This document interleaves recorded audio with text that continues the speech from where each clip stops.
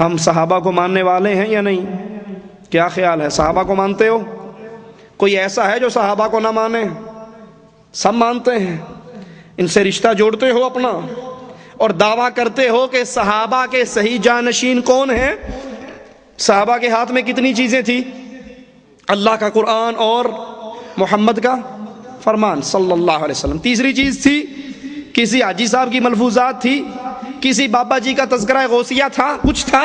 اللہ کا قرآن تھا، محمد کا فرمان تھا۔ آج اگر صحابہ کے سچے جانشین ہیں تو یہ اہل سنت ہیں، یہ اہل الحدیث ہیں، جن کے ہاتھ میں عرش والے کا کرام ہے، مدینے والے کا فرمان ہے۔ رب نے تیسرا ہاتھ نہیں دیا، محمد نے تیسری چیز نہیں تھمائی، ایک میں قرآن، دوسرے میں حدیث۔ جب صحابہ سے رشتہ جوڑتے ہو تو اس کی سیرت تم نے سن لی۔ وہ زندگی گنوا بیٹھتے تھے، وہ گردن کٹا بیٹھتے تھے، وہ بیوی بچوں کی قربانی دے جاتے تھے، وہ جانوں کا نذرانہ دے جاتے تھے، اللہ کی توحید سے اپنے چہرے کو نہیں موڑتے تھے۔ ہماری حالت زار سمجھ آ گیا مسئلہ کہ بابا جی کی قبر پہ چادر چڑھانا حرام ہے، مسئلہ سمجھ آ گیا۔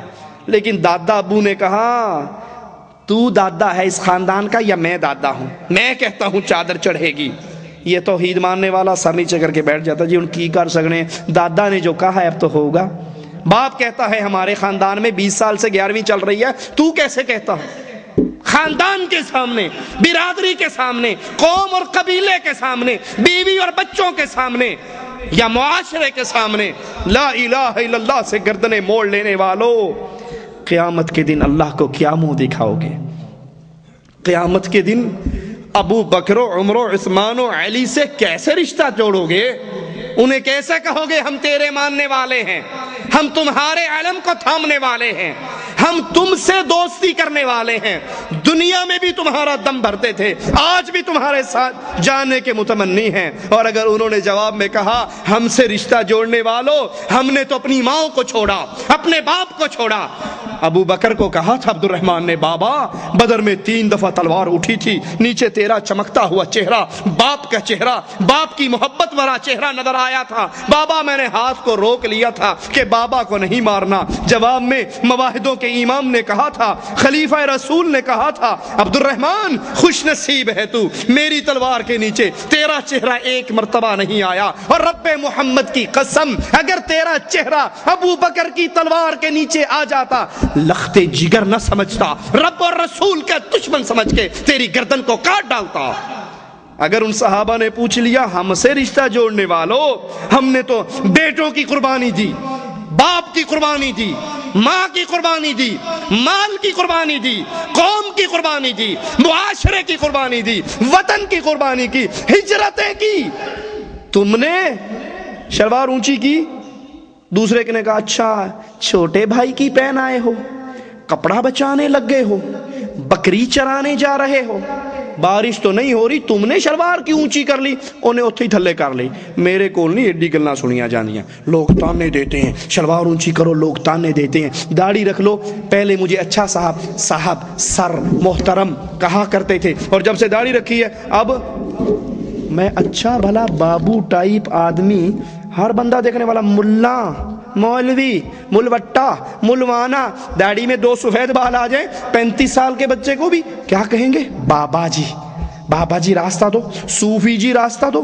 اب میں اس داڑھی کی وجہ سے میری حیثیت بدل گئی، میں ڈاکٹر، میں انجینئر، میں پروفیسر، میں 17 گریڈ کا آفیسر، داڑھی رکھنے کی وجہ سے ملا بن گیا، مولوی بن گیا، چلو اس کو شیو کر کے پھینک دو۔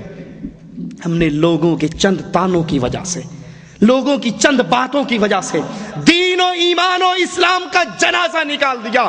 لوگوں یا رب کے رسول کے صحابہ سے رشتہ نہ جوڑو، اور اگر ان سے رشتہ جوڑ لیا ہے تو کائنات سے رشتہ توڑ کر کہو دنیا کے ہر آدمی کا تانا برداشت کر سکتا ہوں، لیکن محمد کے دین کے خلاف قدم نہیں اٹھا سکتا، یہ جسم کٹ سکتا ہے، رب کی توحید پہ آنچ نہیں آ سکتی۔ جب اس طرح استقامت کے پہاڑ بنو گے تو پھر ضرور انشاءاللہ ہمارے ہمارا وہ حال ہوگا، ہماری وہ حالت ہوگی جو اللہ عز و جل اپنی کتاب کے اندر بیان فرماتا ہے کہ جب ایسے لوگوں کی موت کا وقت آتا ہے، جب ایسے لوگوں کو اٹھایا جاتا ہے، ان الذین قالوا، بے شک وہ لوگ جنہوں نے کہا ربنا اللہ، اللہ ہمارا رب ہے، اللہ مشکل کشا ہے، اللہ حاجت روا ہے، اللہ بگڑی بنانے والا ہے، اللہ رزق دینے والا ہے، اللہ اولاد دینے والا ہے، اللہ صحت دینے والا ہے، اللہ بری کرنے والا ہے، اللہ حکومت دینے والا ہے، اللہ حکومت چھیننے والا ہے، ثم استقاموا،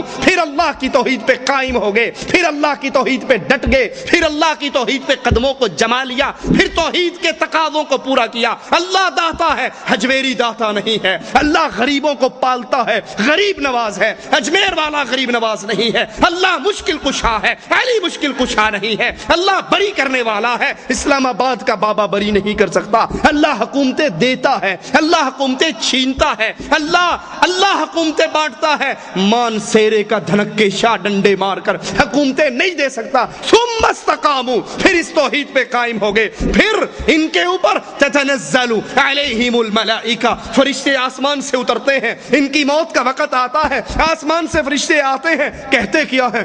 اللہ تخافوا، نہ ڈرو، ولا تحزنوا، غم بھی نہ کرو، نہ ڈر ہے، نہ خوف ہے، نہ غم ہے، وابشروا بالجنہ، خوش ہو جاؤ، مبارکباد کے مستحق ہو، تمہارے لیے خوشخبری ہے اس جنت کی، التی کنتم توعدون، تمہیں دنیا میں کہا جاتا تھا شرک نہ کرو گے جنت ملے گی، غیر اللہ کو نہ پوجو گے جنت ملے گی، غیر اللہ کی عبادت نہ کرو گے جنت ملے گی، تم اس جنت کے مبارکباد کے مستحق ہو۔ نحن اولیاؤکم فی الحیات الدنیا وفی الآخرہ، ہم دنیا میں تمہارے دوست تھے، ہم آخرت میں بھی تمہارے دوست ہیں۔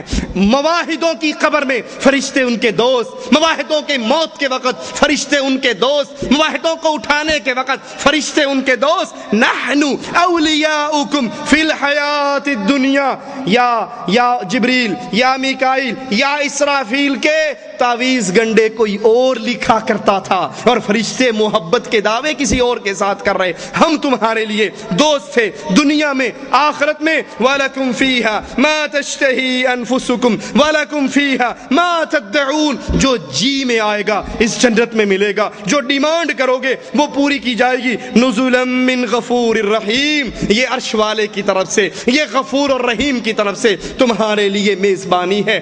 اللہ سے دعا ہے اللہ ہمارے گناہوں کو معاف فرمائے، اللہ ہماری خطاؤں کو معاف فرمائے، اللہ ہماری سیاہ کاریوں کو معاف فرمائے، اللہ ایمان پہ استقامت نصیب فرمائے، اللہ توحید پہ استقامت نصیب فرمائے۔ اللہ ہمارے دل تیرے نبی نے بتایا ہے تیری انگلیوں کے درمیان ہے مولا، انسانوں کے دل تیری انگلیوں کے درمیان ہے مولا۔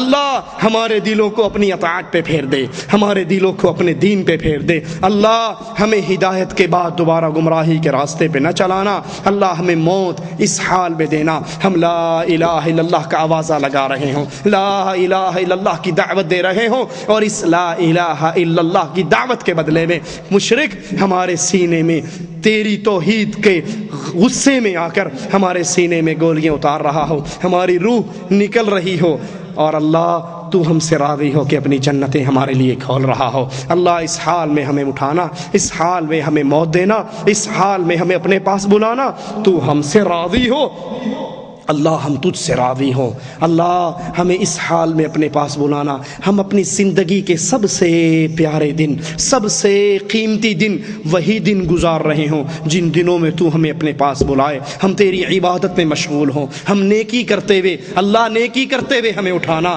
اللہ ہمیں گناہ کرتے ہوئے نہ پکڑنا، اللہ ہمیں گناہ کرتے ہوئے نہ پکڑنا، اللہ ہمیں گناہ کرتے ہوئے نہ پکڑنا۔ اللہ ہمارے گناہوں کو معاف فرما دینا، مالک ہمارے گناہوں کو معاف فرما دینا۔ مولا ہم گناہگار ہیں، ربا تیرے گھر میں کھڑے ہو کے اقرار کر رہے ہیں، ربا ہم پاپی ہیں، ہم گناہگار ہیں، ہم خطا کار ہیں، ربا اس دامن کے اندر سارے ہی گناہ موجود ہیں لیکن شرک والا گناہ موجود نہیں ہے۔ مالک گناہگار تو ہیں لیکن اس پیشانی کو تیرے علاوہ کہیں غیر کے سامنے کبھی نہیں جھکایا۔ مالک گناہگار تو ہیں لیکن تکلیف میں تیرے علاوہ، خوشی میں تیرے علاوہ کسی غیر کو نہیں پکارا۔ مانگتے بھی تجھ سے ہیں، سوال بھی تجھ سے کرتے ہیں، ڈرتے بھی تجھ سے ہیں، محبت بھی تیری ہے۔ مالک تجھ سے تیری توحید کا واسطہ ہے مولا، ہماری اس توحید کے عقیدے کا واسطہ ہے اللہ، ہمیں ہماری گردنوں کو، ہمارے ماں باپ کی گردنوں کو، ہماری بیوی بچوں کی گردنوں کو، ہمارے بہن بھائیوں کی گردنوں کو اور تمام اہل توحید کی گردنوں کو ربا جہنم کے کڑوں سے آزاد کر دے۔